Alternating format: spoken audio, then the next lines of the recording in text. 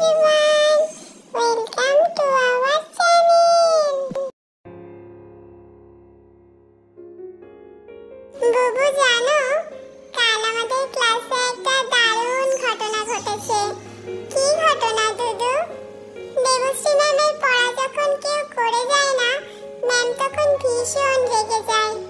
তাই ম্যাম কাল ক্লাসে এসে সবার উদ্দেশ্যে বললেন, আমি ঠিক করেছি তোমাদের মধ্যে সবথেকে যে অলস তাকে পড়া দিতে হবে না। যথারীতি ম্যাম জিজ্ঞাসা করলেন, কে সবথেকে বেশি অলস?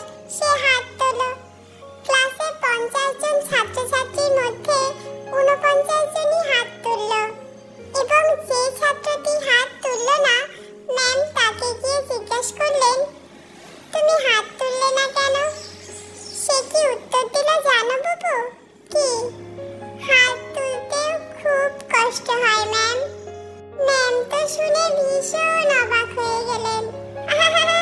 তারপরে কি হলো দুদু?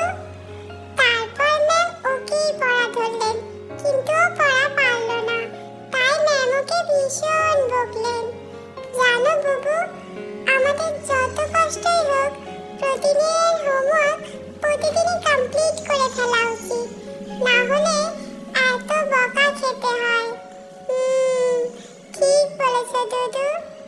আজ তবে এইটুকুই থাক। সবাইকে নমস্কার, টাটা।